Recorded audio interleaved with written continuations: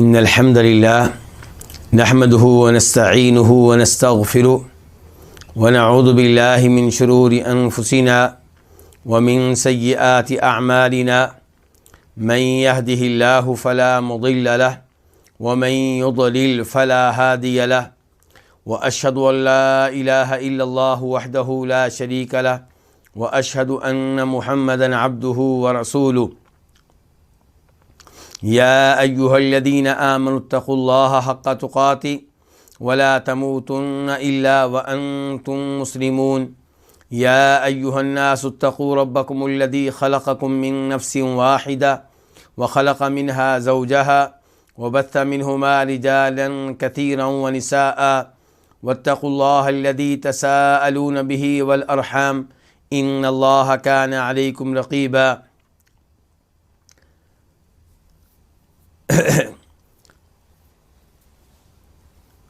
الوافی بما فی الصحیحین،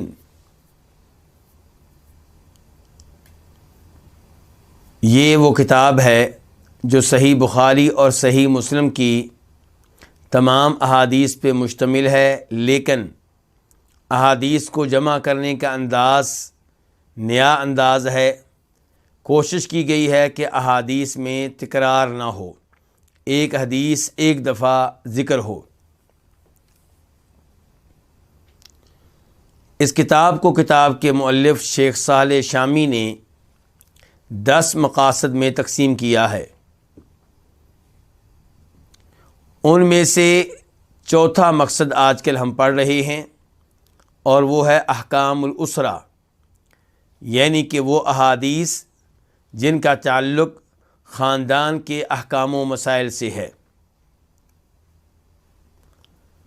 اس چوتھے مقصد میں کئی ایک کتب ہیں، ان میں سے تیسری کتاب پڑھی جا رہی ہے، اور وہ ہے کتاب الطلاق۔ اور اس کتاب الطلاق میں تقریباً 3 فصلیں ہیں۔ ان میں سے پہلی فصل آج کل ہم پڑھ رہے ہیں، اور اس پہلی فصل میں کئی ایک ابواب ہیں۔ ان ابواب میں سے پہلا 7واں باب وہ ہے باب الخلع، یعنی کہ یہ باب خلع کے بارے میں ہے۔ خلع کسے کہتے ہیں؟ خلع طلاق سے مختلف ہے۔ خلع یعنی کہ خامد سے علیحدگی کا مطالبہ یہ کون کرتی ہے؟ یہ عورت کرتی ہے، وائف کرتی ہے، اور وہ کہتی ہے کہ میری جان چھوڑ دو، میں تمہارے ساتھ نہیں رہنا چاہتی، اور اس کے بدلے میں حق مہر جو تم نے مجھے دیا تھا واپس لینا ہے تو واپس لے لو، یعنی کہ میں مالی نقصان برداشت کرنے کے لیے تیار ہوں، لیکن تمہارے ساتھ رہنے کے لیے تیار نہیں ہوں۔ اور یہ ہم سب جانتے ہیں کہ نبی علیہ الصلوۃ والسلام ارشاد فرماتے ہیں کہ جو عورت بغیر کسی وجہ کے خاوند سے علیحدگی کا مطالبہ کرے تو اس پہ جنت کی خوشبو بھی حرام ہے۔ تو اس لیے بغیر کسی وجہ کے، بغیر کسی سبب کے علیحدگی کا مطالبہ نہیں کرنا چاہیے۔ لیکن کئی دفعہ ایسے حالات پیدا ہو جاتے ہیں کہ عورت سمجھتی ہے کہ میں کبھی بھی اس کے ساتھ نہیں رہ سکتی۔ ان حالات میں جب وہ یہ اچھی طرح دیکھ لے کہ میں اس کے ساتھ نہیں رہ سکتی، خامند کے ساتھ نہیں رہ سکتی، اور خامند طلاق دینے کے لیے تیار نہ ہو، تو پھر خلع کا راستہ اختیار کرنے میں کوئی حرج نہیں ہے۔ مثال کے طور پہ خامند نماز نہیں پڑھتا، اس کو سمجھایا گیا لیکن وہ نماز پڑھنے کے لیے تیار نہیں ہے، تو یہ خامند سے علیحدگی کا مطالبہ کرنے کا ایک معقول عذر ہے، شرعی عذر ہے۔ یا خامند اس کی کمائی حرام کی کمائی ہے، سودی ملازمت کرتا ہے، کبیرہ گناہ کا مرتکب ہے، یا زانی اور بدکار ہے، سمجھایا گیا، نصیحت کی گئی، باز نہیں آتا، یا پھر بیوی کو ذاتی طور پہ نقصان پہنچاتا ہے، مثال کے طور پہ اس کی حد سے زیادہ پٹائی کرتا ہے، وہ پٹائی جس کی وجہ سے ہڈی ٹوٹ جائے، وہ پٹائی جس کی وجہ سے خون نکلے یا دانت وغیرہ ٹوٹ جائے، ایسے ہی بیوی کا خرچہ برداشت کرنے کے لیے تیار نہیں ہے، بیوی کی رہائش خاوند کے ذمے ہے اور وہ بیوی کو رہائش دینے کے لیے تیار نہیں ہے، بیوی کہاں بیٹھی ہوئی ہے؟ والدین کے گھر بیٹھی ہوئی ہے۔ یا کھانے پینے کا جو واجب خرچہ ہے، میں اضافی خرچے کی بات نہیں کر رہا، یعنی کہ گزر بسر کرنے والا خرچہ، معتدل قسم کا کھانا، وہ بھی دینے کے لیے تیار نہیں ہے، تو ایسے حالات میں بیوی اس کو سمجھائے، دوسرے لوگوں کو بیچ میں ڈالے، اگر کوئی راستہ باقی نہ بچے تو پھر وہ علیحدگی کا مطالبہ کرے تو حق بجانب ہے، اور اگر صبر کرے تو یہ اچھی بات ہے۔ دنیاوی نقصان برداشت کیا جا سکتا ہے لیکن شریعت کا نقصان برداشت نہیں کیا جا سکتا۔ اگر وہ کفر و شرک کا ارتکاب کرتا ہے، مثال کے طور پہ جادو کرتا ہے، یا جیسا کہ پہلے بتا چکا ہوں زانی اور بدکار ہے، اس قسم کا مسئلہ ہے تو بیوی سمجھائے، نصیحت کرے، دوسرے لوگوں کو بیچ میں ڈالے، جب صورتحال بہتر ہونے کی امید نہ ہو تو وہ علیحدگی کا مطالبہ کرنے میں حق بجانب ہے۔ لیکن جب معاملہ ہو دنیاوی نقصان کا تو وہاں اگر صبر کر لے تو اچھی بات ہے، اور اگر صبر نہ کر سکے اور دنیاوی لحاظ سے جو عذر ہے وہ معقول ہو تو پھر خلا کا مطالبہ کرنے میں کوئی حرج نہیں ہے۔ حدیث نمبر 1058 خا، اس حدیث کو اپنی کتاب میں جگہ دینے والے امام بخاری ہیں۔ عن ابن عباس رضی اللہ عنہما قال، جناب عبداللہ بن عباس رضی اللہ عنہما سے روایت ہے، وہ کہتے ہیں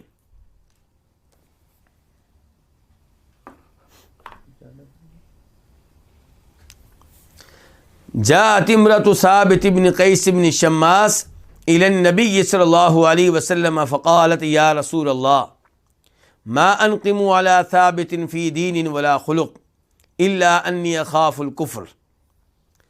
ثابت بن قیس بن شماس کی بیگم نبی علیہ الصلوۃ والسلام کے پاس آئی اور کہنے لگی، اللہ کے رسول، مجھے ثابت پہ اعتراض نہیں ہے، نہ دین کے لحاظ سے اور نہ ہی اخلاق کے لحاظ سے، لیکن میں ناشکری سے ڈرتی ہوں۔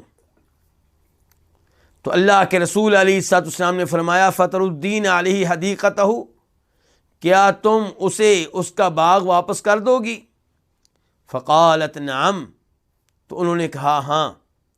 فردت علیہ، چنانچہ انہوں نے ثابت بن قیس کا باغ واپس کر دیا، وامرہ، اور آپ نے ثابت کو حکم دیا، ففارقہا، تو وہ اس عورت سے جدا ہو گئے، انہوں نے ان سے علیحدگی اختیار کر لی۔ وفی روایت، اور ایک روایت میں ہے لیکنی اکرہ الکفر فی الاسلام، کہ مجھے ثابت پہ کوئی اعتراض نہیں ہے، نہ دین کے لحاظ سے اور نہ ہی اخلاق کے لحاظ سے، لیکن میں اسلام میں ناشکری کو ناپسند کرتی ہوں۔ وفیہا، اور اس روایت میں یہ بھی ہے کہ آپ نے کہا اقبل الحدیقہ، کہ اے ثابت تم باغ قبول کر لو، باغ واپس لے لو، وطلقھا تطلیقۃ، اور اس کو چھوڑ دو۔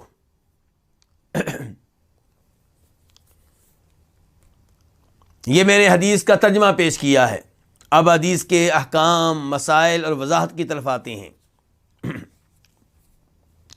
سب سے پہلے بیان کرنا چاہوں گا کہ خلا طلاق سے مختلف ایک شے ہے، خلا طلاق نہیں ہے۔ میں چند ایک فرق آپ کے سامنے رکھوں گا جس سے پتہ چلے گا کہ خلا اور چیز ہے، طلاق اور چیز ہے۔ پہلے نمبر پہ طلاق ہو جائے تو عدت کتنی ہے؟ 3 حیض، اور خلا ہو جائے تو عدت کتنی ہے؟ 1 حیض۔ خلا ہونے کے بعد عورت ایک حید انتظار کرے گی، ایک حید سے فارغ ہو جائے تو اب وہ کسی اور جگہ نکاح کر سکتی ہے۔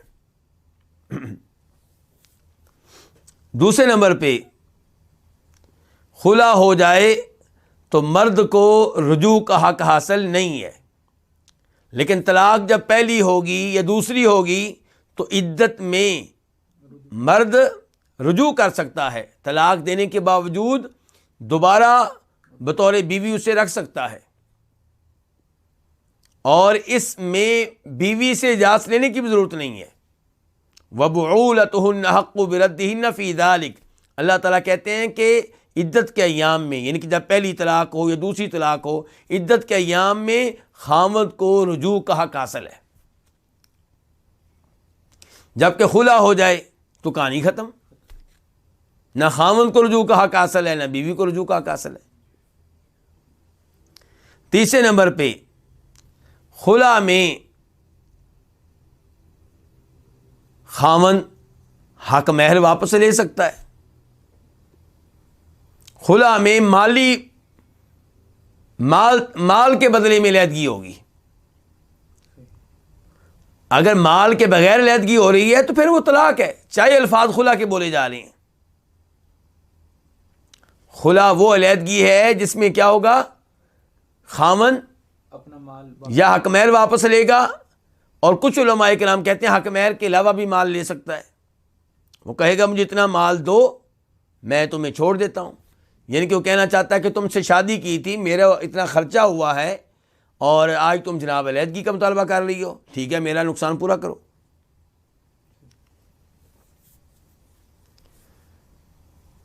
اور طلاق میں خامند حق مہر واپس نہیں لے سکتا، طلاق دینے کی شکل میں خامند کو حق مہر واپس لینے کا حق حاصل نہیں ہے۔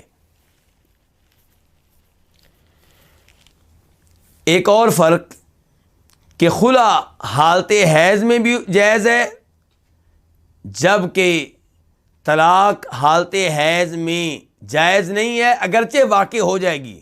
اگر طلاق حیض میں دے دی گئی ہے تو واقع ہو جائے گی، شمار کیا جائے گا، لیکن طلاق حیض کی حالت میں طلاق دینا درست نہیں ہے۔ کتنے فرق ہو گئے؟ 4۔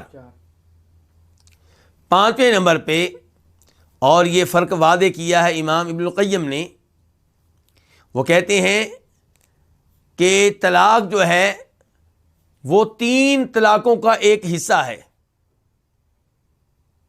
جب خاوند بیوی کو طلاق دیتا ہے تو طلاق دینے کے کتنے اختیار ہیں؟ 3 طلاقیں دینے کے، تو جب طلاق دے گا وہ 3 میں سے ایک طلاق بن جائے گی۔ لیکن خلا جو ہے وہ طلاق نہیں ہے تو طلاق کا حصہ نہیں بنے گا، خلا جو ہے طلاق کا حصہ نہیں بنے گا۔ اس لیے مثال کے طور پہ اگر کوئی مرد اپنی بیوی کو 2 طلاقیں دے چکا ہے،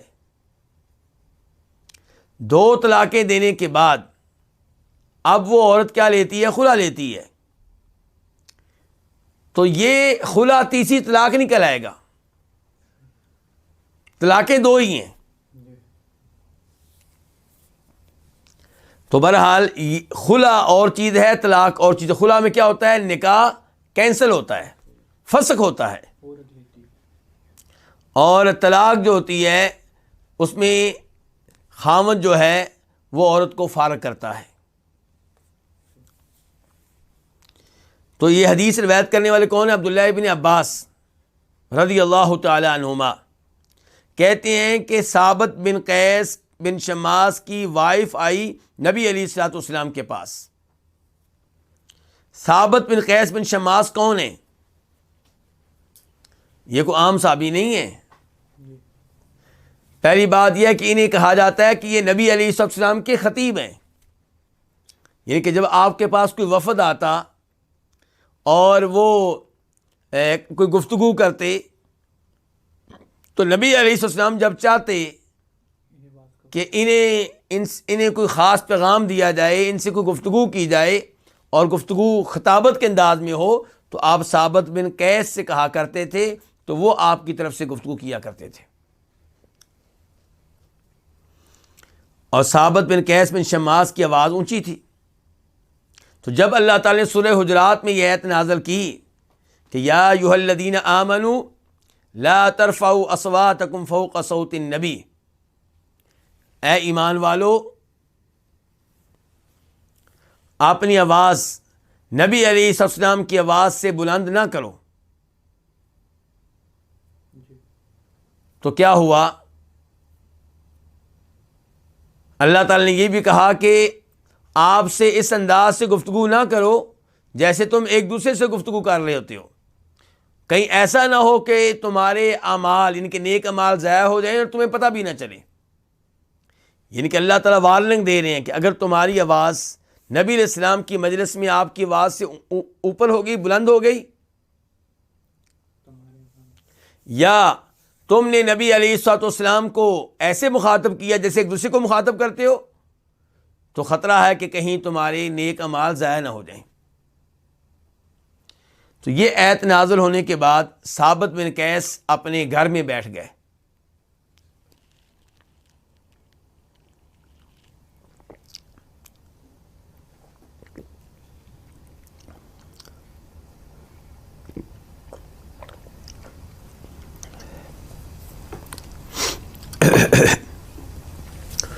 اپنے گھر میں بیٹھ گئے۔ نبی علیہ السلام نے جب محسوس کیا کہ ثابت بن قیس مسجد میں نہیں آ رہے، اور اس سے آپ یہ بھی اندازہ کریں کہ نبی علیہ السلام اپنے ساتھیوں کا، صحابہ کرام کا کتنا خیال رکھتے تھے، تو آپ نے لوگوں سے پوچھا بھی ثابت بن قیس نظر نہیں آ رہے، تو ایک آدمی نے ذمہ داری لی کہ میں معلوم کرتا ہوں وہ کیوں نہیں آ رہے۔ چنانچہ وہ آدمی ثابت بن قیس بن شماس کے پاس پہنچا اور کہا کہ نبی علیہ السلام آپ کے بارے میں پوچھ رہے تھے، آپ مسجد میں کیوں نہیں آ رہے؟ تو کہنے لگے میں مسجد میں آ کے کیا کروں، میرے تو سارے نیک اعمال ضائع ہو چکے، میں تو جہنمی ہوں۔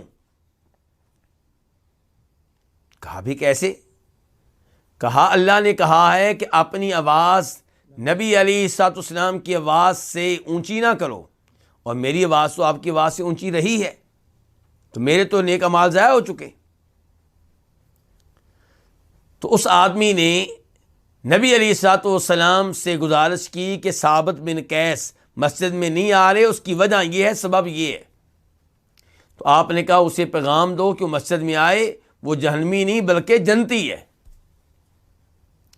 تو ثابت بن قیس بن شماس یہ وہ عظیم صحابی ہیں جن کو دیکھ کر لوگ خوش ہوا کرتے تھے کہ دیکھو جنتی جا رہا ہے، اور یہ جنگ یمامہ میں شہید ہوئے ہیں۔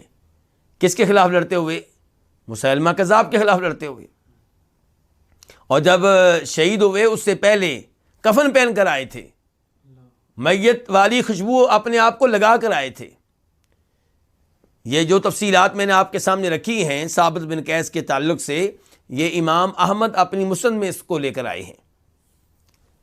تو یہ ہے ثابت بن قیس بن شماس۔ تو ان کی وائف نبی علیہ السلام کے پاس آئی اور انہوں نے کیا کہا؟ اللہ کے رسول، مجھے ثابت پہ اعتراض نہیں ہے، نہ دین کے لحاظ سے نہ اخلاق کے لحاظ سے۔ یعنی کہ اگر دین کے لحاظ سے کھلا لیا جائے تو بات سمجھ میں آتی ہے، اخلاق کے لحاظ سے بھی۔ لیکن کیا ہے مسئلہ؟ کیا ہے پھر مسئلہ؟ یہ کہ میں اسلام میں کفر کو ناپسند کرتی ہوں۔ کفر سے مراد علماء کرام نے یہاں پہ لیا ہے چھوٹا کفر، یعنی کہ ناشکری، کفران۔ کفر سے لفظ ہوتا ہے نا کفران العشیر، خامد کی ناشکری کرنا۔ آپ سب کو یاد ہوگا کہ نبی علیہ السلام نے ایک دفعہ عورتوں سے گفتگو کرتے ہوئے کہا تھا کہ تم صدقہ خیرات کیا کرو، کیونکہ میں نے جہنم میں زیادہ تعداد کن کی دیکھی ہے؟ عورتوں کی دیکھی ہے۔ تو عورتوں نے کہا تھا اللہ کے رسول کیوں؟ کیا آپ نے زیادہ تعداد عورتوں کی جہنم میں دیکھی ہے، کیوں؟ فرمایا اس لیے کہ تم خاوند کی ناشکری کرتی ہو اور لعن طعن کرتی ہو۔ تو یہاں پہ کیا کہہ رہی ہیں ثابت بن قیس کی وائف کہ میں اسلام میں ان کے مسلمان ہونے کے بعد خاوند کی ناشکری کو ناپسند کرتی ہوں۔ کہنا یہ چاہتی ہیں کہ میرے دل میں ان کے بارے میں کہ نفرت سی پیدا ہو چکی ہے، اور میں اگر ان کے ساتھ رہوں گی تو ان کی اطاعت نہیں کر سکوں گی۔ اللہ تعالیٰ نے خاوند کے جو حقوق رکھے ہیں وہ میں ادا نہیں کر سکوں گی اور میں اس گناہ کا مرتکب ہوتی رہوں گی، خاوند کی ناشکری، خاوند کی نافرمانی، اس گناہ کا مجھ سے ارتکاب ہوتا رہے گا، اس لیے میں خلا چاہتی ہوں۔ خلا کے لفظ تو نہیں بولے، مفہوم یہی ہے۔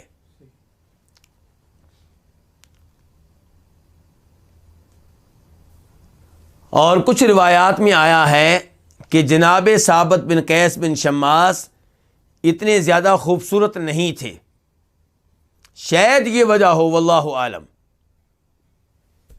اور کچھ روایات سے یہ لگتا ہے کہ جیسے ثابت بن قیس اپنی وائف کی پٹائی کر لیتے تھے، تو اللہ عالم۔ بہرحال یہ بات ہے کہ وہ کہہ رہی ہیں کہ میں اسلام میں ان کے مسلمان ہو کر ناشکری سے ڈرتی ہوں۔ فقال رسول اللہ صلی اللہ علیہ وسلم، تو فرمایا رسول اللہ صلی اللہ علیہ وسلم نے، فطر الدین علی حدیقتہ، کیا تم اسے اس کا باغ واپس کرو گی؟ یعنی کہ حق مہر کی شکل میں جو باغ تمہیں دیا گیا تھا کیا اسے واپس کرو گی؟ آپ دیکھیے کہ ثابت بن قیس نے کتنا بڑا حق مہر دیا تھا، باغ۔ فقالت نعم، تو وہ کہنے لگی ہاں۔ فردت علی، چنانچہ انہوں نے ثابت بن قیس کو باغ واپس کر دیا۔ میں نے یہ بات کیوں کہی ہے کہ حق مہر کیا تھا؟ باغ تھا۔ کہ آج کل پاک و ہند میں کیا تماشا لگا ہوا ہے کہ عورتوں سے جہیز بھی لیا جا رہا ہے اور ان کے ہاں بارات کی شکل میں کافی لوگ لے جائے جاتے ہیں، ان کے اوپر بوجھ ڈالا جاتا ہے، لڑکی کے مسکین باپ سے کھانا کھایا جاتا ہے جس پہ خرچہ لاکھوں میں ہوتا ہے، اور جب حق مہر کی باری آتی ہے تو بڑی بے شرمی کے ساتھ کہہ دیا جاتا ہے 32 روپے، اور پھر دعویٰ کیا جاتا ہے کہ شاید یہ سنت حق مہر ہے، جبکہ شریعت نے حق مہر کی کوئی حد مقرر نہیں کی، نہ کم کی نہ زیادہ کی۔ شریعت ترغیب دیتی ہے کہ نکاح وہ بابرکت ہے جس میں خرچہ کم ہو، لیکن یہ کیا ہے کہ آپ لڑکی کے اوپر بوجھ ڈالیں، گھر کا سامان لڑکی کے ذمے، کچن لڑکی کے ذمے، بیڈ روم لڑکی کے ذمے، حالانکہ یہ سب چیزیں لڑکے کے ذمے ہوا کرتی ہیں، اور اس کے بعد پھر آپ حق مہر میں کہیں 32 روپے۔ تو بہرحال باغ واپس کر دیا ثابت بن قیس کی وائف نے، وَأَمَرَهُ، تو آپ نے حکم دیا ان کو، کن کو؟ ثابت بن قیس بن شماس کو، فَفَارَقَهَا، تو وہ ان سے جدا ہو گئے، ان سے علیحدگی اختیار کر لی، کن سے؟ یعنی کہ اپنی وائف سے۔ وفی روایت، ایک روایت میں ہے، لَكِنِّي أَكْرَهُ الْكُفْرَ فِي الْإِسْلَامِ، لیکن میں اسلام میں کفر کو ناپسند کرتی ہوں، اور کفر سے مراد بتا چکا ہوں کیا ہے، ناشکری۔ وفیہا، اور اس دوسری روایت میں یہ لفظ بھی آیا ہے، اقبل الحدیقہ، باغ قبول کر لو، خاوند سے کہا جا رہا ہے، نبی علیہ السلام کہہ رہے ہیں باغ قبول کر لو، وطلقہا تطلیقہ، اور اس کو ایک طلاق دے دو۔ تو یہاں پہ لفظ آپ نے کیا بولا ہے؟ طلاق کا۔ اس لفظ کی وجہ سے کئی علماء کرام کا موقف ہے کہ خلا بھی طلاق ہی ہے، اور کہتے ہیں دیکھو جی حدیث میں آیا وطلقہا تطلیقہ، لیکن ان کا یہ موقف صحیح نہیں ہے، کیونکہ طلاق سے مراد یہاں پہ لغوی طلاق ہے، جس کا معنی ہوتا ہے کہ چھوڑ دو، یعنی کہ اس کو چھوڑ دو، اس سے الگ ہو جاؤ، یہ مراد ہے۔ اس سے مراد وہ مخصوص طلاق نہیں ہے جس کا ہم تذکرہ کرتے رہتے ہیں۔ اور اس کے دلائل میں سے ایک دلیل یہ ہے کہ آپ سورہ بقرہ میں وہ آیتیں پڑھ لیں جن آیتوں میں 3 طلاقوں کا تذکرہ ہوا ہے اور خلا کا تذکرہ بھی ہوا ہے۔ الطلاق مرتان فامساک بمعروف او تسریح باحسان، یہ آیتیں پڑھیں تو آپ کو پتہ چلے گا کہ اللہ تعالیٰ نے وہاں پہ 2 طلاقوں کا تذکرہ کیا، طلاق مرتان، اور درمیان میں اللہ نے خلا کا تذکرہ کیا، فلا جناح علیہما فی ما افتدت بہ، اور پھر اللہ نے کہا فإن طلقہا، کہ اگر وہ اب بھی طلاق دے دے فلا تحل لہ من بعد، اب وہ اس کے لیے حلال نہیں ہے. تو یہ کون سی طلاق ہے جس کے بعد حلال نہیں ہے؟ تیسری طلاق. یعنی کہ اگر خلا بھی طلاق ہو تو اللہ تعالیٰ اس کو چوتھی طلاق قرار دیتے. پھر ہمیں ماننا پڑے گا کہ 4 طلاقوں کے بعد یعنی کہ بیوی خاوند کے اوپر حرام ہوئی ہے ہمیشہ ہمیشہ کے لیے. جبکہ صحیح بات کیا ہے کہ 3 طلاقوں کے بعد میاں بیوی کے آپس میں رہنے کے کوئی امکان نہیں ہوتا. تو 2 طلاقیں اللہ نے ذکر کی، درمیان میں خلا ذکر کیا، اس کے بعد تیسری طلاق ذکر کی ہے. تو پتہ چلا خلا طلاق نہیں ہے. تو خلاصہ کلام یہ ہے کہ خلا اور چیز ہے، طلاق اور چیز ہے. اور پھر ہم نے فرق بھی بتایا کہ آپ عدت کو لے لیں. خلا میں عدت کتنی ہے؟ 1 حیض. اور طلاق میں عدت کیا ہوتی ہے؟ 3 حیض.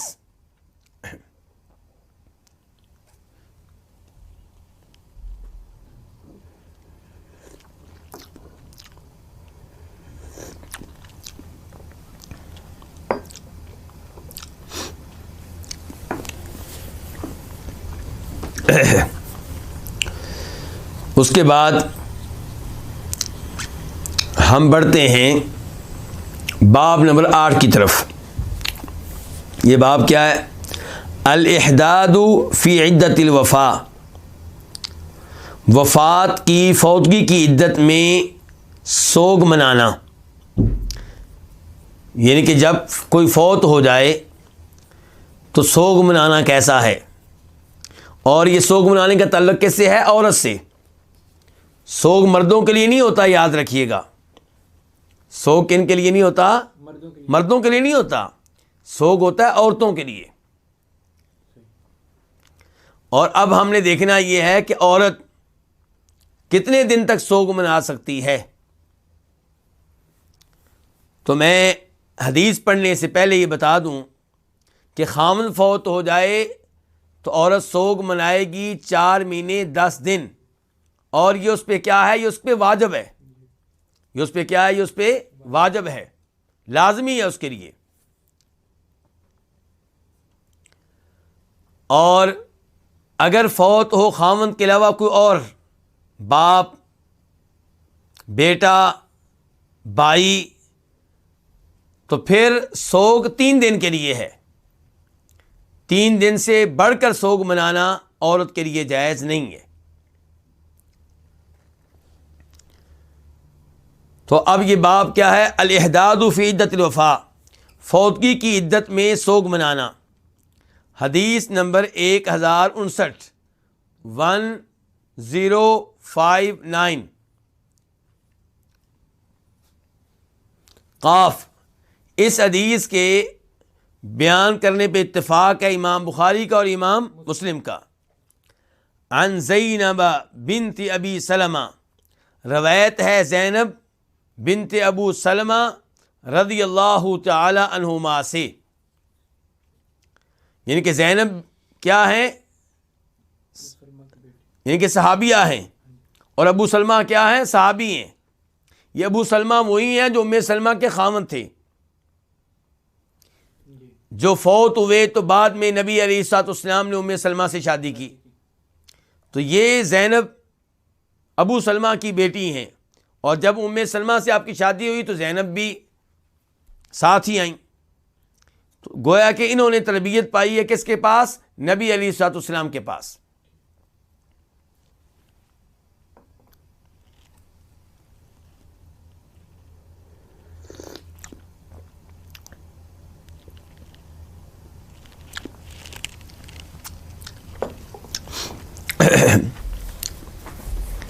قالت، یہ کہتی ہیں، لما جاء نعی ابی سفیان من الشامی، جب ابو سفیان کے فوت ہونے کی خبر آئی شام سے. ابو سفیان کون ہے؟ ابو سفیان صخر بن حرب بن امیہ، اور ہمارے چھٹے خلیفہ راشد معاویہ کے والد. یہ ابو سفیان کون ہے؟ ہمارے چھٹے خلیفہ راشد معاویہ کے والد. اور یہ وہی ابو سفیان ہیں جو اسلام کے سخت مخالف تھے. احد کی لڑائی میں مشرکین کے کمانڈر یہی تھے، اور بہت سی جنگوں میں مسلمانوں کے خلاف یہ پیش تھے. اور یہی وہ ابو سفیان ہیں جو تجارتی قافلہ لے کر شام سے آ رہے تھے اور مدینہ کے قریب سے گزر کے مکہ جا رہے تھے. تجارتی قافلہ شام سے کہاں جا رہا تھا؟ مکہ. راستے میں کیا پڑتا ہے؟ مدینہ. لیکن تجارتی قافلہ اتنے قریب سے نہیں گزر رہا تھا، لیکن بہرحال قریب ہی تھا. تو نبی علیہ الصلوۃ والسلام اس تجارتی قافلے پہ حملہ کرنا چاہتے تھے. کیوں؟ کیونکہ یہی وہ لوگ تھے جنہوں نے مسلمانوں کو مکہ سے نکالا تھا، اور اب بھی مسلمانوں کے خلاف سازشوں سے باز نہیں آ رہے تھے. تو اس لیے آپ چاہتے تھے کہ اس تجارتی قافلے پہ حملہ کیا جائے. لیکن ابو سفیان کو اطلاع مل گئی تو وہ سمندر کے قریب سے گزر گیا، یعنی کہ مدینہ کے دور سے ہو کر گزر گیا. لیکن ابو جہل ادھر سے آ چکا تھا. ابو سفیان نے پہلے اطلاع بھیج دی تھی مکہ میں کہ میری مدد کے لیے آؤ، مسلمان جو ہیں وہ ہمارے تجارتی قافلے پہ حملہ کرنا چاہ رہے ہیں. تو ابو جہل جو ہے وہ نکل چکا تھا، بدر میں آیا، اور بدر جو ہے یہ سمندر کے قریب ہے. تو پھر وہاں پہ مسلمان بھی پہنچے، اور پھر وہ غزوہ ہوا جس کو کیا کہتے ہیں؟ غزوہ بدر. اور احد کی لڑائی میں ابو سفیان باقاعدہ کمانڈر بن کر آیا. یہ مسلمان کب ہوئے ابو سفیان؟ فتح مکہ کے موقع پہ. اور آپ نے کہا تھا جو ابو سفیان کے گھر میں داخل ہو جائے اس کے لیے امن ہے، یعنی کہ جو ابو سفیان کے گھر میں داخل ہو جائے ہم اسے کچھ نہیں کہیں گے. آپ نے ابو سفیان کو اہمیت دی. تو یہ ہے ابو سفیان رضی اللہ تعالی عنہ. تو جب ان کے فوت ان کی خبر آئی، کہاں سے آئی؟ شام سے. اور کئی علماء کرام کا موقف یہ ہے کہ یہ شام میں فوت نہیں ہوئے بلکہ یہ مدینہ میں فوت ہوئے ہیں. تو بہرحال اس روایت میں کیا آیا کہ ابو سفیان کے فوت ان کی خبر کہاں سے آئی ہے؟ شام سے. تو کیا ہوا جب یہ خبر آئی؟ دعت ام حبیبۃ رضی اللہ عنہا بسفرۃ فی الیوم الثالث. ام حبیبہ ان کی بیٹی ہیں ابو سفیان کی، جن کا نام کیا تھا؟ رملہ. اور دوسری جانب ام حبیبہ وائف ہیں کس کی؟ نبی علیہ السلام کی. تو ہماری کیا لگی؟ ماں، ام المؤمنین. ام حبیبہ کی بھی بڑی قربانیاں ہیں. اللہ کی راہ میں مسلمان ہوئی ہیں اس زمانے میں جب ابو سفیان باپ اسلام کا سخت دشمن تھا، اور یہ وہاں سے اپنے خاوند کے ساتھ کہاں چلی گئی تھی؟ حبشہ میں. پھر خاوند فوت ہوا، شاہ حبشہ نے آپ کا نکاح ام حبیبہ سے کر دیا، جبکہ آپ وہاں پہ موجود نہیں تھے، لیکن آپ کا نمائندہ موجود تھا. تو پھر یہ مدینہ میں آئیں اور آپ کی وائف کے طور پہ مدینہ میں رہیں. تو یہ ام حبیبہ جو ہیں، ان کو جب پتہ چلا کہ ابو سفیان فوت ہو چکے ہیں، اور یہ تقریباً سن 32 ہجری کا واقعہ ہے. کب کا؟ سن 32 ہجری کا. اس زمانے میں حکمران کون تھے؟ جناب عثمان بن عفان، ہمارے تیسرے خلیفہ راشد، وہ حکمران تھے. تو اس زمانے کی بات ہو رہی ہے کہ ابو سفیان کے فوت ان کی خبر شام سے آئی. تو دعت ام حبیبہ، تو ام حبیبہ نے طلب کیا. کیا طلب کیا؟ بسفرتن، انہوں نے زرد رنگ کی خوشبو منگوائی، زرد رنگ کی خوشبو طلب کی، وہ منگوائی. فی الیوم الثالث، تیسرے دن، فوتگی کے تیسرے دن، یعنی کہ خوشبو منگوائی. فمسحت عارضیہا، تو یہ خوشبو لگائی کہاں پہ؟ اپنے رخساروں پہ. وذراعیہا، اور اپنے بازوؤں پہ. وقالت، اور ساتھ ہی فرمانے لگیں، انی کنت عن ھذا لغنیہ، یقیناً میں اس خوشبو سے مستغنی ہوں، بے نیاز ہوں، مجھے اس کی کوئی حاجت نہیں ہے، کوئی ضرورت نہیں ہے. پھر لگائی کیوں ہے جی؟ سوال یہ پیدا ہوا. تو کہتی ہیں لولا انی سمعت النبی صلی اللہ علیہ وسلم یقول، اگر یہ بات نہ ہوتی کہ میں نے نبی صلی اللہ علیہ وسلم سے سنا تھا، آپ فرما رہے تھے لا یحل لامرأۃ تؤمن باللہ والیوم الآخر ان تحد علی میت فوق ثلاث الا علی زوج، کسی ایسی عورت کے لیے جو اللہ پہ اور آخرت پہ ایمان لاتی ہے جائز نہیں ہے کہ وہ کسی بھی میت کا 3 راتوں سے بڑھ کر سوگ منائے. میت کوئی بھی ہو، یعنی چاہے باپ ہو، چاہے سگا بھائی ہو، چاہے سگا بیٹا ہو، سوگ کتنے دن تک منا سکتی ہے؟ 3 دن تک. اور آج جب فوتگی ہوتی ہے تو شریعت کی سب سے بڑھ کے خلاف ورزی کون کرتی ہیں؟ عورتیں کرتی ہیں، خصوصاً جب فوت ہونے والا بیٹا ہو یا بھائی ہو یا باپ ہو. اور دیکھیے ایک مسلمان عورت جس کا اللہ پہ ایمان ہے، آخرت پہ ایمان ہے، اس کو کیا کرنا چاہیے؟ کمال اطاعت کا مظاہرہ کر رہی ہیں یہ عظیم عورتیں، یہ ہماری مائیں.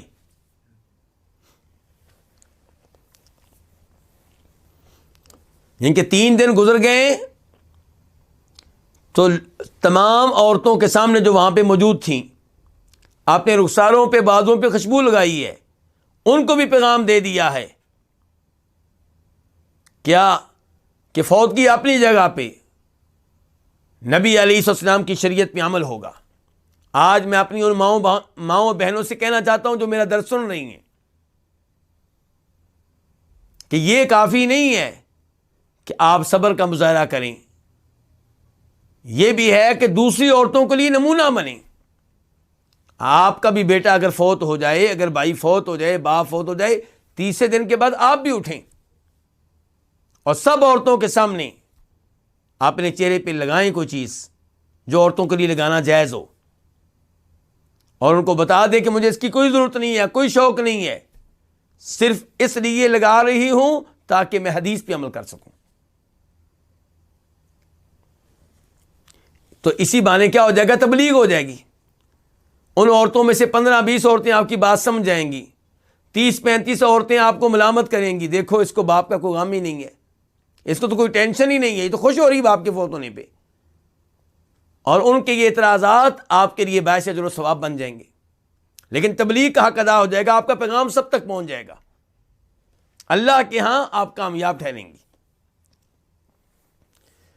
تو کیا کہہ رہی ہیں کہ اگر میں نے یہ حدیث نہ سنی ہوتی تو میں یہ خوشبو نہ لگاتی. حدیث کیا ہے کہ کوئی بھی ایسی عورت جس کا اللہ پہ ایمان ہے، آخرت پہ ایمان ہے، اس کے لیے حلال نہیں ہے، جائز نہیں ہے کہ کسی بھی میت کا سوگ منائے 3 راتوں سے بڑھ کر، الا علی زوج، سوائے شوہر کے، سوائے خاوند کے. فإنها تحد علیہ 4 اشہر وعشرہ، بے شک یہ اس کا سوگ منائے گی کتنے دن؟ 4 مہینے 10 دن. اور ایک اور بات یاد رکھیے گا، باپ کا سوگ منانا واجب نہیں ہے، اجازت ہے منانے کی 3 دن تک. بیٹے کا سوگ منانا واجب نہیں ہے، واجب ہے 3 دن تک. لیکن خاوند کا سوگ منانا واجب، ضروری، لازمی 4 مہینے 10 دن. اور یہ سوگ یہ نہیں کہ عورت کی مرضی ہے منائے یا نہ منائے، نہیں، واجب ہے، ضروری ہے.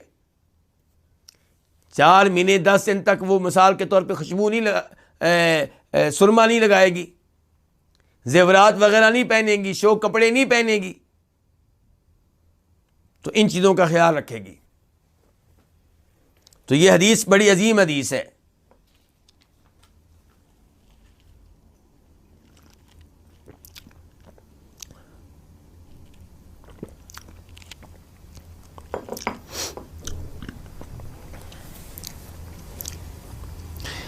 تو اس حدیث میں ہم نے کن کے بارے میں پڑھا ہے کہ انہوں نے فوتگی کے 3 دن کے بعد خوشبو لگا لی تھی. مردوں والی خوشبو نہیں، عورتوں والی رنگ. تو کن کے بارے میں ہم نے پڑھا؟ ام حبیبہ کے بارے میں. ایسی حدیث بخاری میں آتی ہے، ان کے صحیح حدیث ہے. کن کے بارے میں؟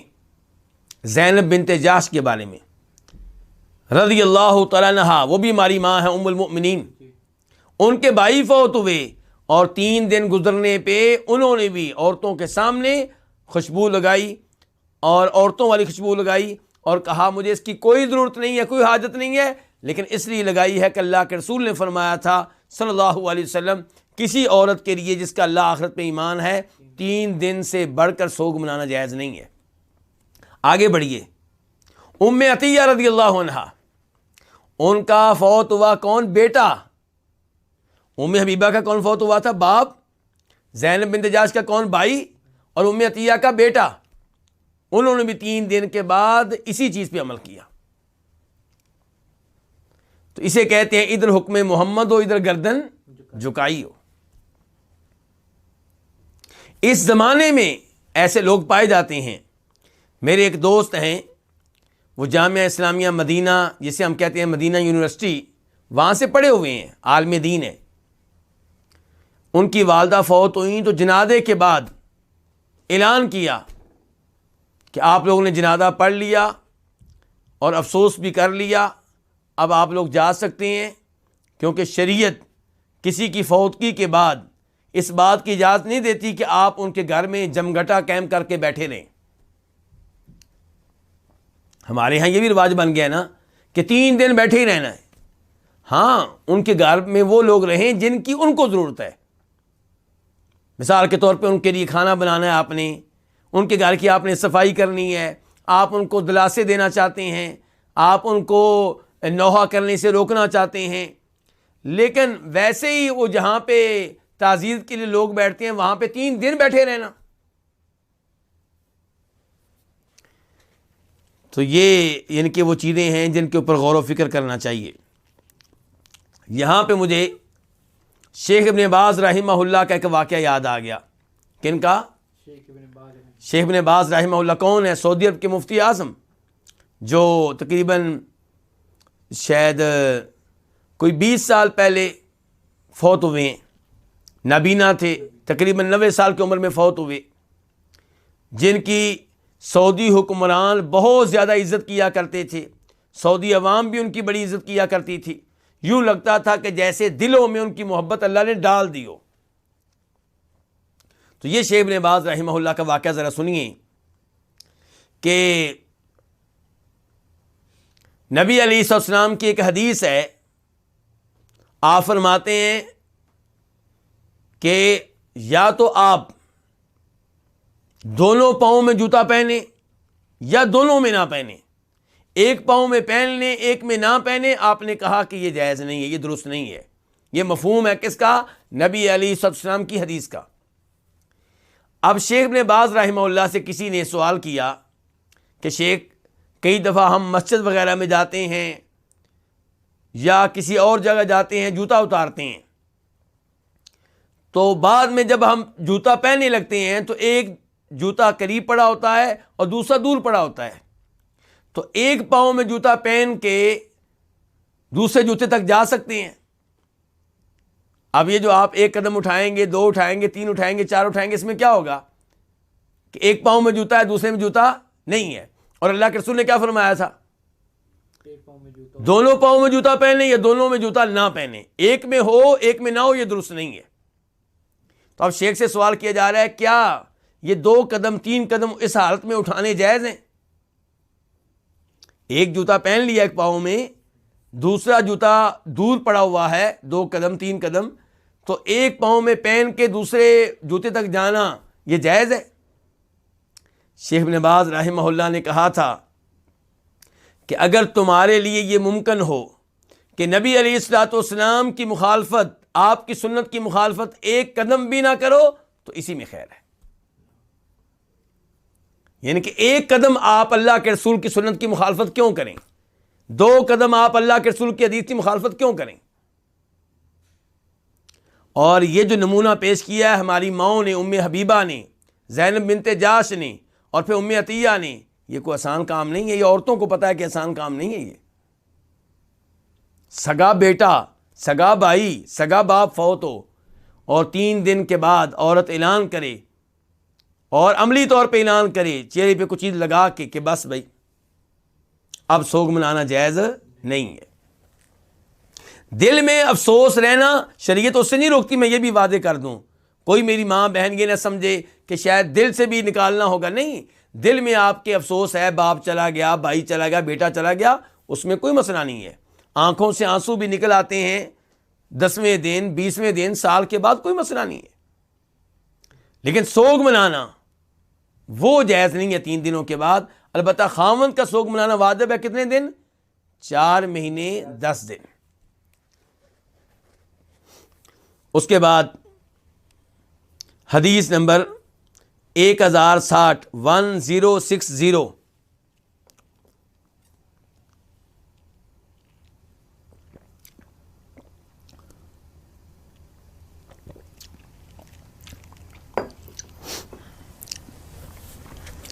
اس حدیث کو روایت کرنے والے امام ہے امام مسلم، عن عائشہ عن النبی صلی اللہ علیہ وسلم قال لا يحل لامرأة تؤمن بالله واليوم الآخر ان تحد على میت فوق 3 الا على زوجها۔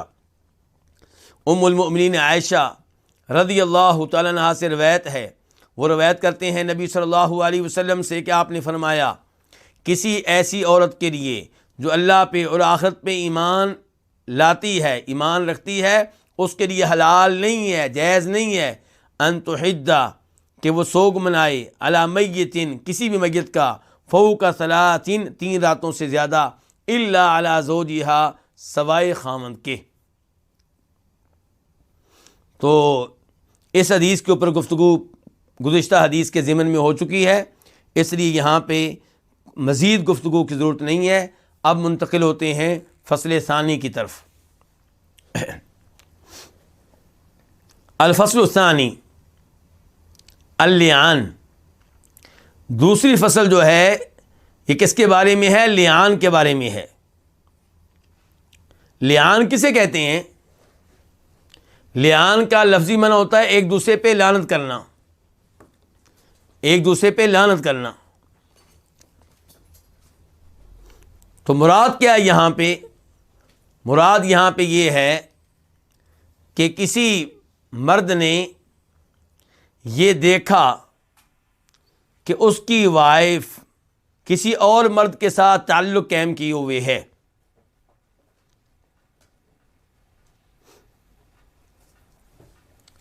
اب وہ اپنی وائف پہ یہ تہمت لگاتا ہے کہ اس نے بدکاری کی ہے، اس نے زنا کیا ہے۔ اگر کسی عام عورت پہ لگائے بیوی سے ہٹ کر تو وہاں پہ شریعت کا کیا حکم ہے؟ 4 گواہ لانے ہوں گے۔ اللہ تعالیٰ فرماتے ہیں سورہ نور میں والذین یرمون المحصنات ثم لم یأتوا بأربعۃ شہداء فاجلدوہم 80 جلدہ، کہ وہ لوگ جو پاک دامن عورتوں پہ تہمت لگائیں پھر 4 گواہ نہ لا سکیں، اپنے اس جو الزام لگایا ہے اس کو ثابت کرنے کے لیے 4 گواہ نہ لا سکیں تو ایسے مردوں کو 80 کوڑے مارو۔ آپ دیکھیے کہ اسلام کس قدر میری اور آپ کی عزت کی حفاظت کرتا ہے۔ میری بیٹی، میری بہن، میری ماں کی عزت کی اسلام کتنی حفاظت کر رہا ہے کہ اگر کوئی تہمت لگاتا ہے، الزام لگاتا ہے اور 4 گواہ، 1 نہیں، 2 نہیں، 3 نہیں، 4 گواہ اپنے موقف کے حق میں نہ لا سکے تو 80 کوڑے لگیں گے۔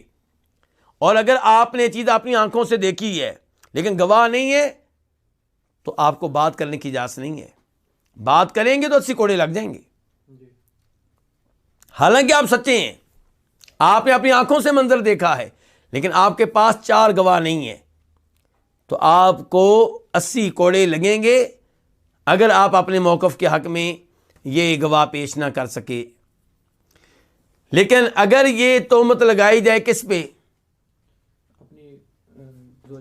اپنی بیوی پہ، پھر کیا کریں گے؟ مسئلہ یہ ہے، دیکھیں جو باہر کی عورت ہے اس کو آپ نے آنکھوں سے دیکھ بھی لیا تو آپ صبر کر سکتے ہیں، لیکن جس عورت کو آپ نے اپنی بیوی کو جب آپ دیکھیں گے اس حالت میں تو آپ اس کے ساتھ زندگی کیسے گزاریں گے؟ یہ ممکن نہیں ہے۔ تو اللہ رب العزت نے اس معاملے میں پھر یہ لعان رکھا ہے، جس کی تفصیل اس حدیث میں آئے گی، اور مزید گفتگو ابھی ہم کرتے ہیں۔ حدیث نمبر 1061 قاف۔ اس حدیث کے بیان کرنے پہ اتفاق ہے امام بخاری کا اور امام مسلم کا۔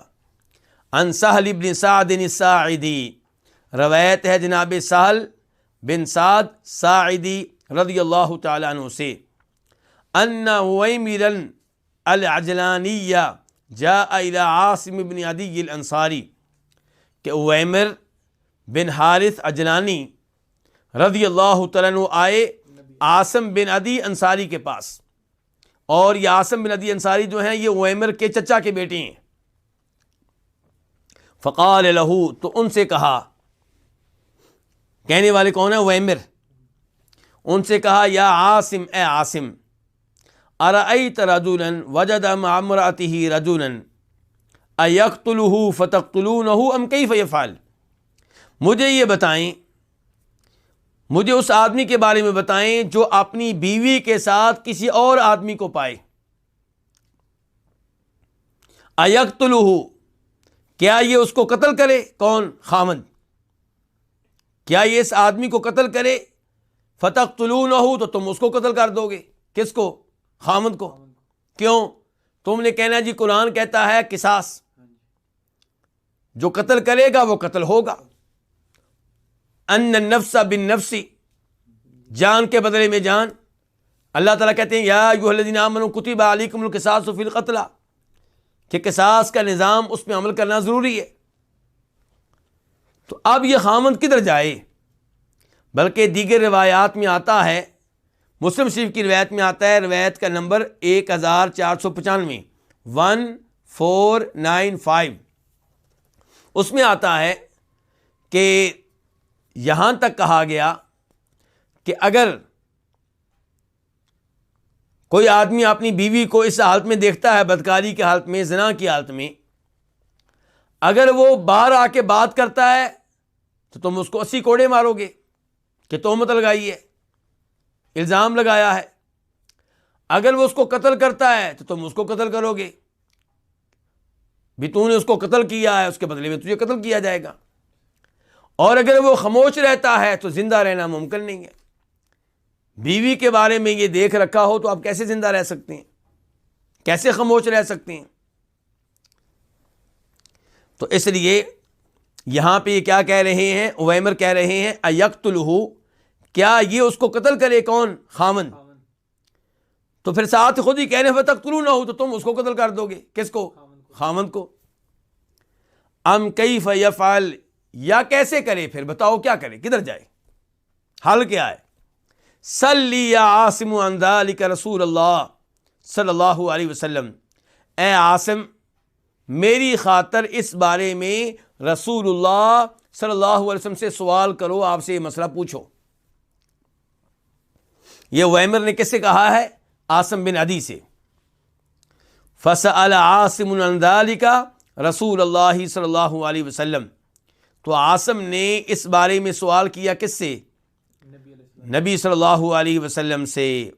فکریہ رسول اللہ صلی اللہ علیہ وسلم المسائل وعابہا، تو نبی علیہ الصلوۃ والسلام نے اس قسم کے مسائل کو ناپسند کیا، وعابہا، اور ان کو معیوب قرار دیا۔ آپ نے اس سوال کو اچھا نہیں سمجھا کیونکہ خطرناک قسم کا سوال ہے۔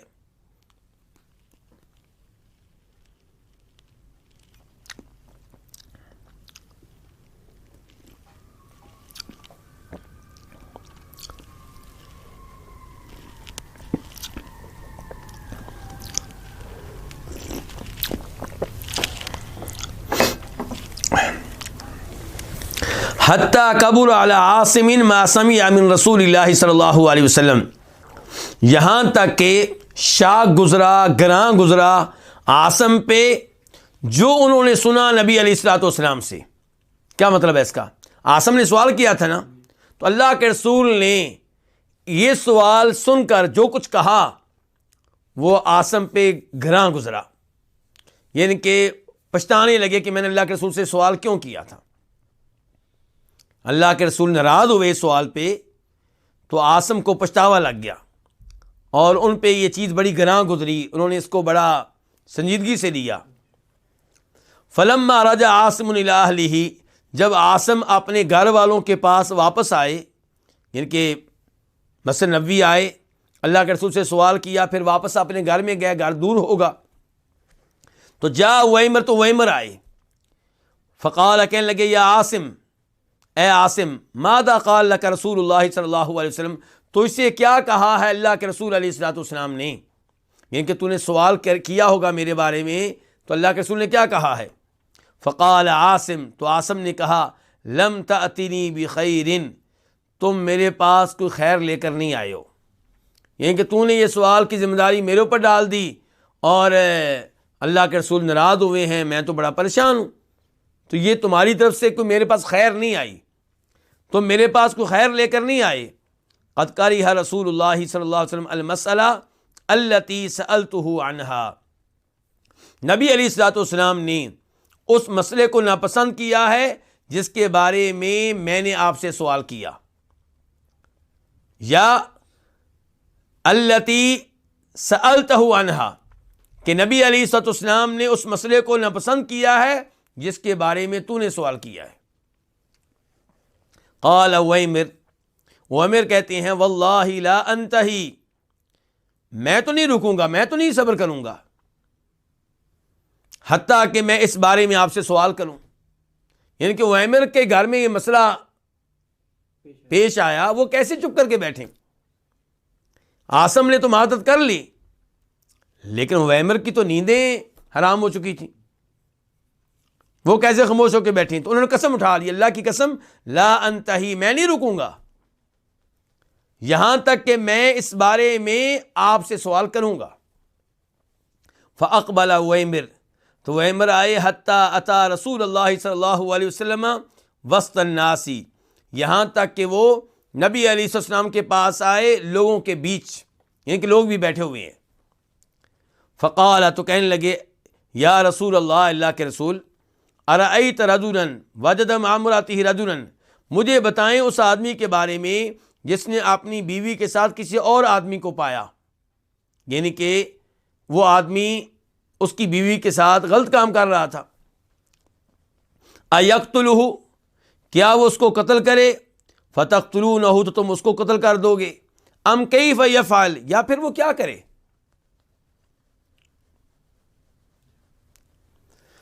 فقال رسول اللہ صلی اللہ علیہ وسلم، تو فرمایا رسول اللہ صلی اللہ علیہ وسلم نے، قد انزل اللہ فیک وفی صاحبتک فاذهب فأتی بہا، یقیناً اللہ نے تمہارے بارے میں اور تمہاری بیوی کے بارے میں قرآن نازل کیا ہے، پس تم جاؤ اس کو لے کر آؤ۔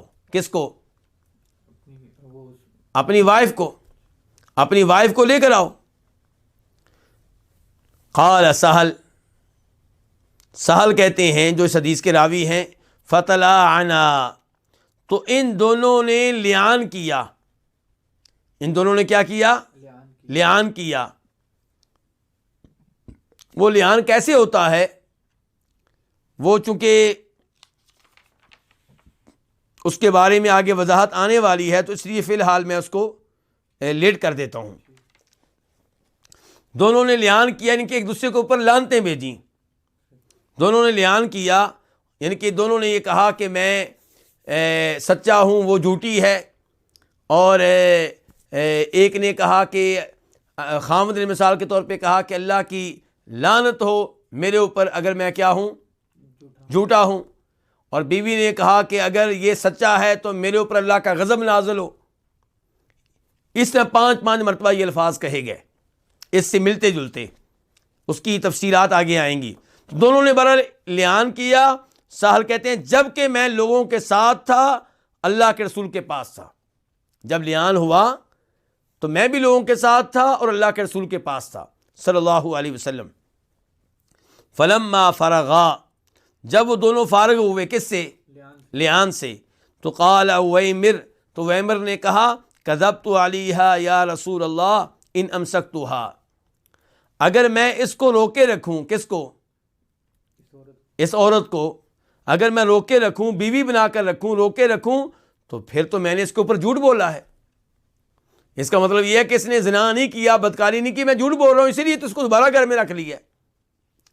تو میں اے اللہ کے رسول، میں اس پہ جھوٹ بولوں، میں نے بولا ہوگا اگر میں اس کو اپنے گھر میں رکھ لوں۔ فطلقها ثلاثا، چنانچہ انہوں نے اسے 3 طلاقیں دے دیں۔ قبل ان یأمرہ رسول اللہ صلی اللہ علیہ وسلم، پہلے اس کے کہ انہیں نبی علیہ الصلوۃ والسلام اس چیز کا حکم دیں۔ کس چیز کا؟ طلاق دینے کا۔ قال ابن شہاب، ابن شہاب کہتے ہیں، ابن شہاب زہری بہت بڑے امام، وہ کہتے ہیں فکانت تلک سنت المتلاعنین، تو یہ طریقہ بن گیا لیان کرنے والوں کا، یعنی کہ لیان کرنے والوں کے لیے طریقہ بن گیا کہ لیان کے بعد جدا، لیان کے بعد ایک ساتھ نہیں رہ سکتے، علیحدگی۔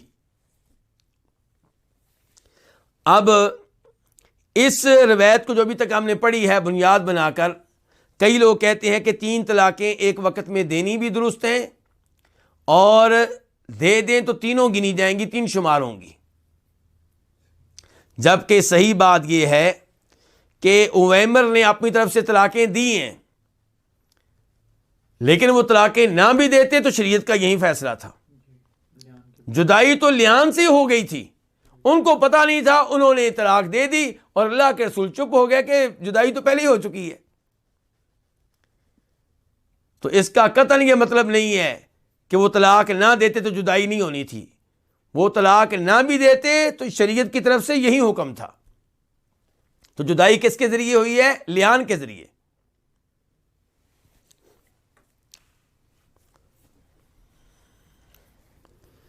وفی روایت لہما، اور ان دونوں کی ایک روایت میں ہے، کن دونوں کی ایک روایت میں ہے؟ بخاری و مسلم کی ایک روایت میں ہے، کیا ہے؟ قال، وہ کہتے ہیں کون؟ سہل،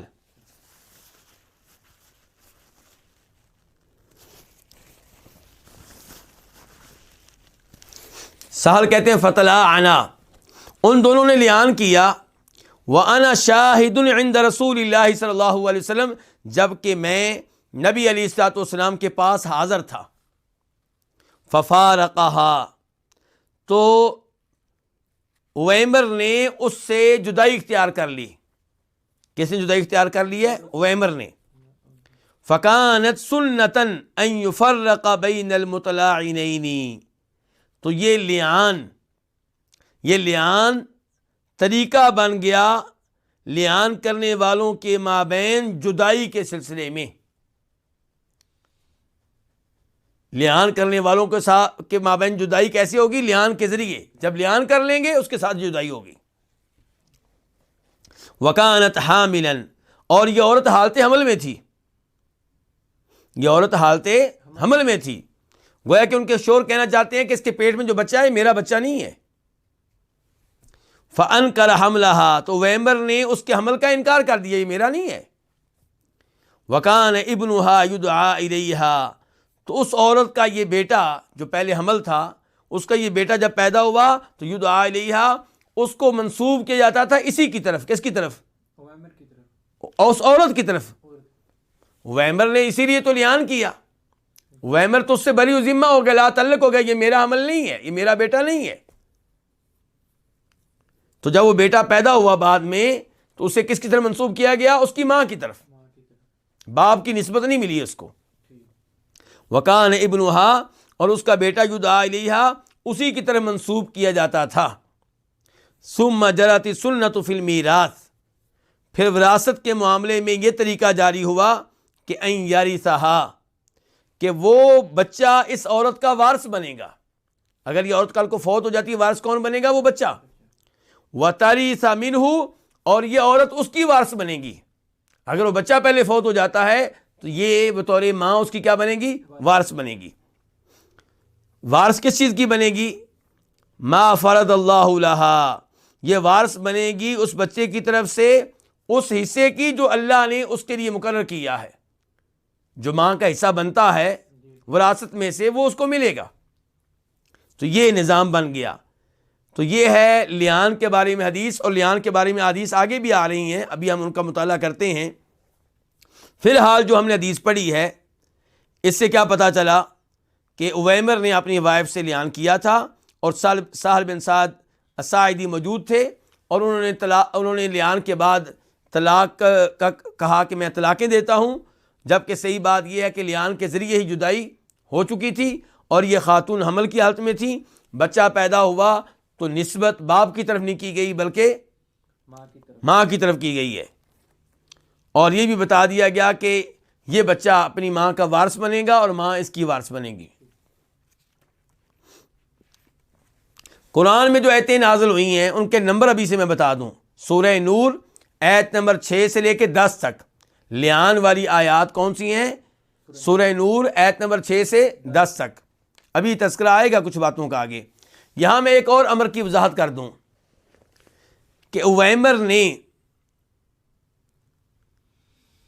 تب اپنی بیگم کے بارے میں یہ بات کی جب اپنی آنکھوں سے دیکھا، جب کیا کیا؟ اپنی آنکھوں سے دیکھا، لیکن گواہ نہیں تھے، گواہ نہیں تھے، تو اس لیے حل کیا نکلا؟ لیان۔ لیکن اگر کوئی آدمی بغیر دیکھے بیوی پہ شک کرتا ہے تو اس بنیاد پہ لیان نہیں ہوگا، اور یہ جائز نہیں ہے کسی کے لیے کہ شک کی بنیاد پہ بیگم کی تہمت لگا دے، یا اس وجہ سے تہمت لگا دے کہ جو بچہ پیدا ہوا ہے اس کی شکل مجھ سے نہیں ملتی، حلیے کی بنیاد پہ۔ ایسا نہیں ہونا چاہیے، بلکہ نبی علیہ الصلوۃ والسلام کے پاس ایسا کیس آیا۔ جناب ابو ہریرہ روایت کرتے ہیں کہ آپ علیہ الصلوۃ والسلام کے پاس ایک آدمی آیا اور آ کر کہنے لگا، اللہ کے رسول، میرا بیٹا پیدا ہوا ہے اور وہ کالے رنگ کا ہے۔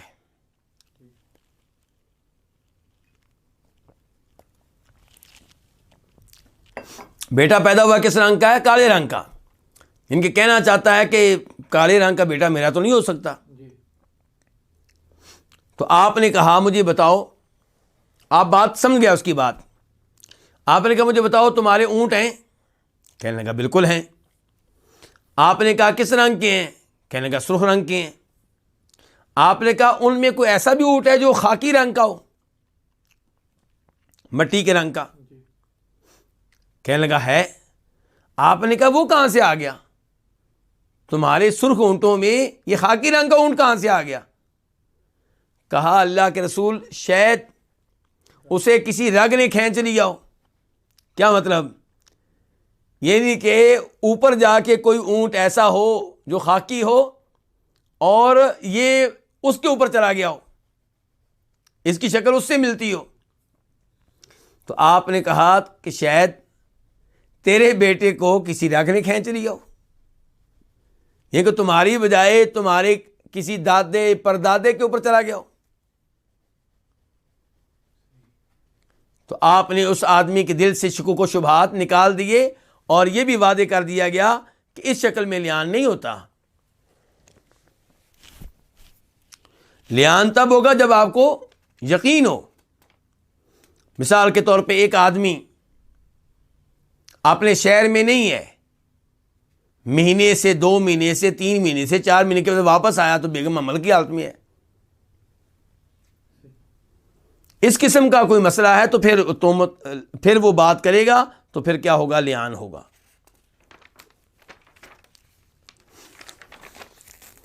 اب حدیث نمبر 1062 قاف۔ اس حدیث کے بیان کرنے پہ اتفاق ہے کس کا؟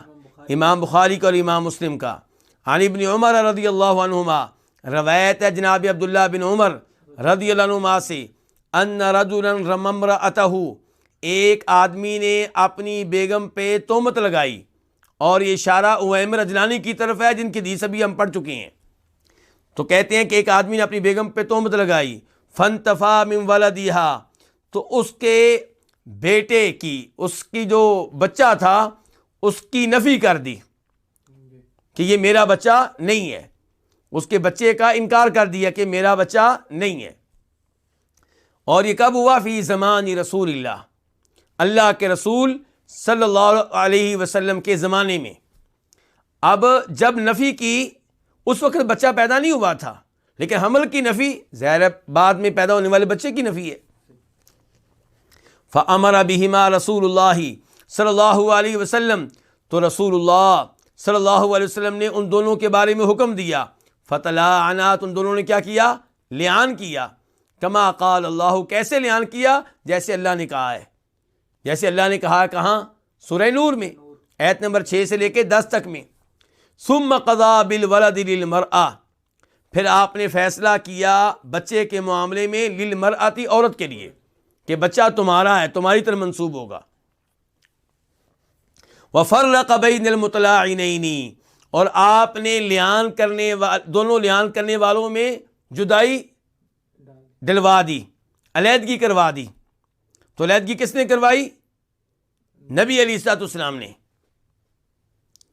اور یہاں پہ یہ بھی واضح کر دوں کہ کیا صرف لعان سے جدائی ہو جائے گی یا وقت کا حکمران جدائی ڈالے گا تب جدائی ہوگی؟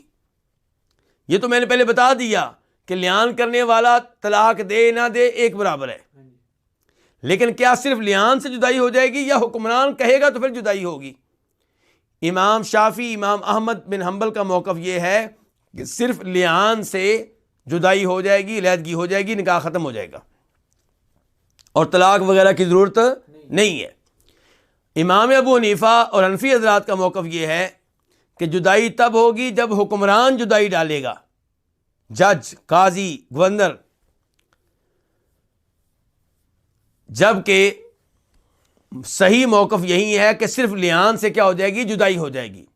باقی رہا اللہ کے رسول کا جدائی ڈلوانا، جو یہاں پہ عبداللہ بن عمر بتا رہے ہیں کہ آپ نے لعان کرنے والوں نے جدائی ڈلوا دی، تو وہ اس لیے کہ آپ ایک مفتی بھی تھے، آپ مسئلہ بتانے والے بھی تھے، تو اس لیے یہ یعنی کہ راستہ آپ نے بتانا تھا، آپ نے دکھانا تھا۔ اور اس امر کی تائید اس روایت سے ہو جائے گی جو آئندہ آ رہی ہے۔ یہ جو میں نے کہا ہے کہ صحیح بات یہ ہے کہ لعان سے خود ہی جدائی ہو جاتی ہے، اس کی تائید اگلی حدیث سے بھی ہو جائے گی۔ ابھی ہم پڑھتے ہیں 1063 قاف۔ اس حدیث کو روایت کرنے والے کون ہیں؟ امام بخاری اور امام مسلم۔ عن سعید بن جبیر قال، سعید بن جبیر رحمہ اللہ سے روایت ہے، وہ کہتے ہیں سألت ابن عمر عن المتلاعنین، میں نے جناب عبداللہ بن عمر سے سوال کیا، کن کے بارے میں؟ دو لعان کرنے والوں کے بارے میں، یعنی کہ کیا ان کے درمیان جدائی ڈالی جائے گی کہ نہیں ڈالی جائے گی، ان کو الگ کیا جائے گا کہ نہیں کیا جائے گا؟ فقال، تو کہنے لگے کون؟ عبداللہ بن عمر، قال النبی صلی اللہ علیہ وسلم للمتلاعنین، کہ فرمایا تھا نبی علیہ الصلوۃ والسلام نے لعان کرنے والوں سے، حسابکما علی اللہ، تمہارا حساب اللہ کے ذمے، تمہارا حساب کون لے گا؟ اللہ لے گا۔ احدکما کاذب، تم میں سے ایک جھوٹا ہے۔ یہ نہیں ہو سکتا کہ خاوند کہہ رہا ہے کہ اس نے بدکاری کی ہے وہ بھی سچا ہو، بیوی کہہ رہی ہے میں نے نہیں کی وہ بھی سچی ہو۔ فرمایا احدکما کاذب، تم میں سے ایک جھوٹا ہے۔ لا سبیل لک علیہا، تمہارے لیے اس پہ اب کوئی راستہ نہیں ہے، اب تم اس کو اپنے گھر میں نہیں رکھ سکتے، اب یہ تمہاری بیوی نہیں رہی۔ تو ان الفاظ سے کیا پتہ چل رہا ہے کہ جدائی جو ہے وہ لعان سے خود ہی ہو جائے گی۔ آپ کہہ رہے ہیں لا سبیل لک علیہا، تمہارے لیے اس پہ کوئی راستہ نہیں ہے کہ اب یہ تمہاری بیوی نہیں رہی۔ قال، وہ آدمی کہنے لگا مالی، میرے مال کا کیا بنے گا؟ کیا مطلب؟ کون سا مال؟ حق مہر۔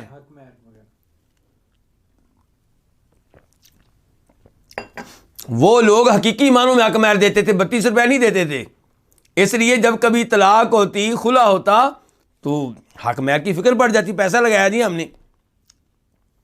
یہ ایسے ہی ہے جیسے آج کل طلاق ہو تو لڑکی کا باپ کہتا ہے کیا ہمارا جہیز کا سامان، تو ایسے ہی وہ بولتے تھے فوراً ہمارا حق مہر، اس کا کیا بنے گا، اتنا پیسہ ہم نے دیا ہے۔ تو وہ صحابی کہہ رہے ہیں مالی، میرا مال۔ قال، آپ نے کہا لا مال لک، تمہیں مال نہیں ملے گا۔ کیوں؟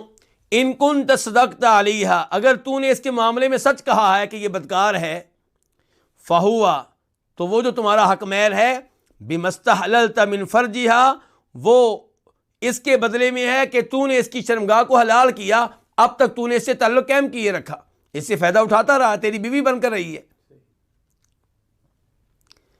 وَإِن كُنتَ كَذَبْتَ عَلَيْهَا، اور اگر تو نے جھوٹ بولا ہے اس کے اوپر، یعنی کہ اس نے بدکاری نہیں کی اور تو جھوٹ بول رہا تھا، فَذَاكَ أَبْعَدُ لَكَ، تو پھر تو حق مہر تم سے بہت دور چلا گیا، پھر تو کوئی صورت نہیں ہے لینے کی۔ یہ کہ تو نے اس سے نکاح کیا، تعلقات بھی قائم کیے، اوپر سے تہمت بھی لگا دی، تمہیں مال کیسے ملے؟ اگر سچ بولا ہے تو پھر اس لیے نہیں ملے گا کہ تم نے اتنا عرصہ تک اس سے فائدہ اٹھایا، تعلق قائم کیے، صحبت قائم کی، وہ تمہاری بیوی بن کر رہی، اور اگر تم نے جھوٹ بولا ہے پھر تو یہ مال تم سے اور دور ہو گیا۔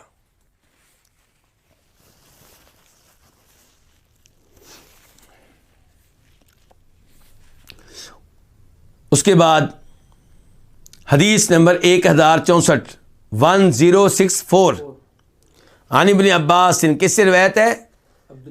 جناب عبداللہ ابن عباس رضی اللہ تعالی عنہما سے، کہ ان ہلال ابن امیہ، کہ بے شک ہلال بن امیہ نے قذف امرأتہ، اپنی بیوی پہ تہمت لگائی، عند النبی، نبی علیہ الصلوۃ والسلام کے پاس، بشریک بن سہما، شریک بن سہما کے ساتھ تہمت یہ لگائی کہ میری بیگم نے شریک بن سہما کے ساتھ زنا کیا ہے، بدکاری کی ہے۔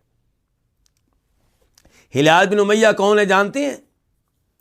یہ ان 3 صحابہ کرام میں سے ایک ہیں جو تبوک کی لڑائی سے پیچھے رہ گئے تھے، اور جنہوں نے جھوٹ نہیں بولا، سچ بولا کہ ہمارے پاس کوئی عذر نہیں تھا، ہم سے غلطی ہوئی ہے، کوئی بہانہ نہیں تھا، ہمیں شریک ہونا چاہیے تھا غزوے میں، بس ہم پیچھے رہ گئے۔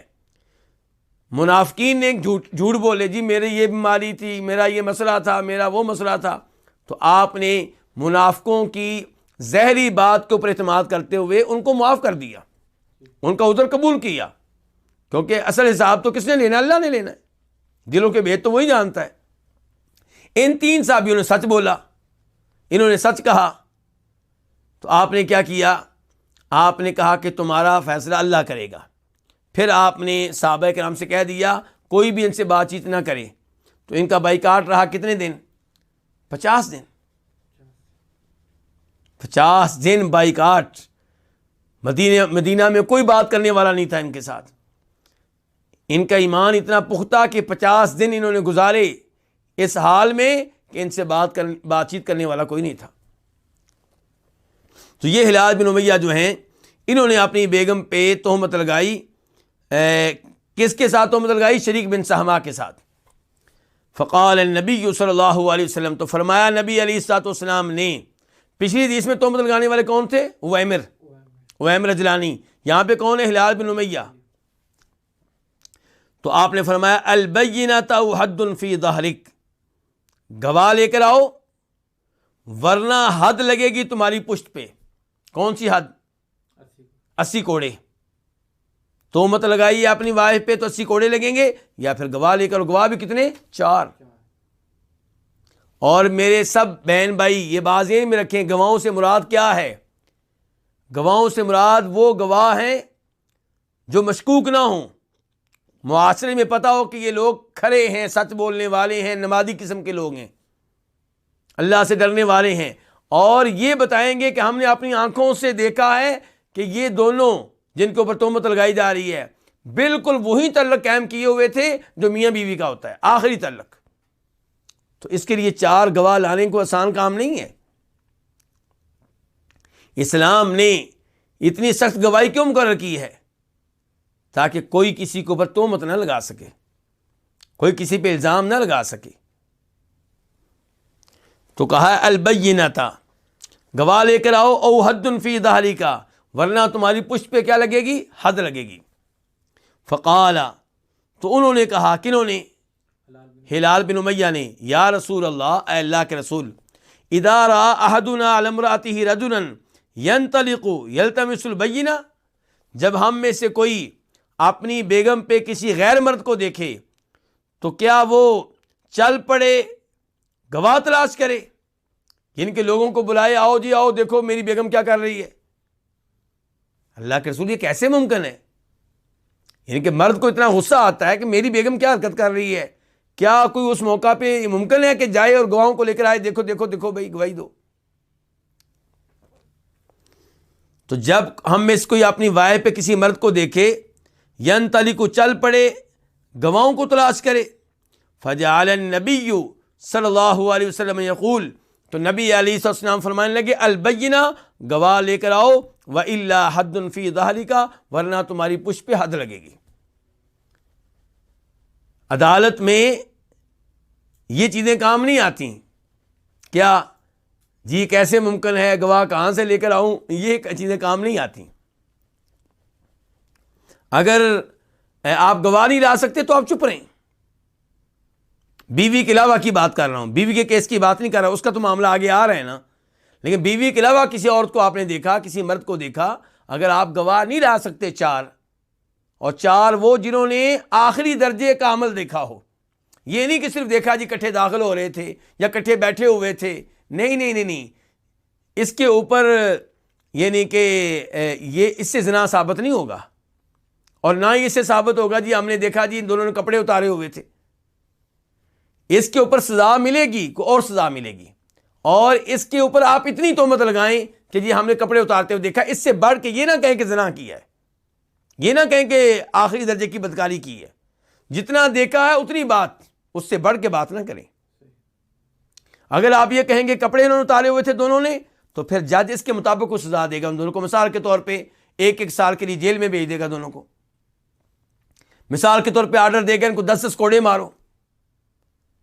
لیکن وہ جو آپ کہنا چاہتے ہیں زنا، اس کے اوپر تو ان کی زندگی جانے والی، سنسار ہوں گے، پتھر مارے جائیں گے ان کو۔ تو جب آپ اتنا بڑا الزام لگا رہے ہیں تو گواہ بھی 4 لے کر آئیں۔ فقال ہلال، تو ہلال کہنے لگے والذی بعثک بالحق، اس ذات کی قسم جس نے آپ کو حق دے کر بھیجا ہے، انی لصادق، یقیناً میں سچا ہوں، میں جھوٹ نہیں کہہ رہا۔ فَلَيُنزِلَنَّ اللَّهُ مَا يُبَرِّئُ ظَهْرِي مِنَ الْحَدِّ، یقیناً اللہ اتارے گا وہ جس سے میری حد بچ جائے گی، جس سے میری پشت حد سے بچ جائے گی۔ یقیناً اللہ تعالیٰ وہ وحی اتارے گا، وہ کلام اتارے گا، جو کلام جو وحی میری پشت کو حد سے بچا لے گی، کیونکہ میں سچا ہوں، مجھے اللہ پہ یقین ہے کہ اللہ آپ پہ کوئی ایسا حکم نازل کرے گا، کوئی ایسی وحی نازل ہوگی جس سے میں سزا سے بچ جاؤں گا۔ فنزل جبریل، تو جبریل نازل ہوئے، وانزل علیہ، اور آپ پہ یہ آیت نازل کی کہ والذین یرمون ازواجہم فقرأ، تو انہوں نے یہ آیت پڑھی حتی بلغا، یہاں تک پہنچ گئے ان کان من الصادقین، کہ اگر وہ سچ کہنے والوں میں سے ہے۔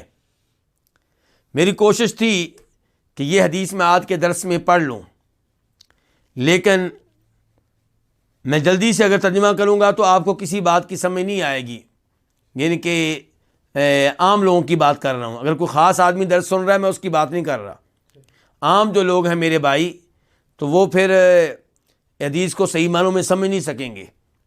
اور اب یہاں پہ آیتیں بھی آ گئی ہیں، اب ان آیتوں کی بھی وضاحت میں کرنا چاہوں گا، تو اس لیے آج کے درس کا یہیں پہ اختتام کرتے ہیں، اور انشاءاللہ آئندہ درس میں یہیں سے گفتگو کا آغاز کریں گے۔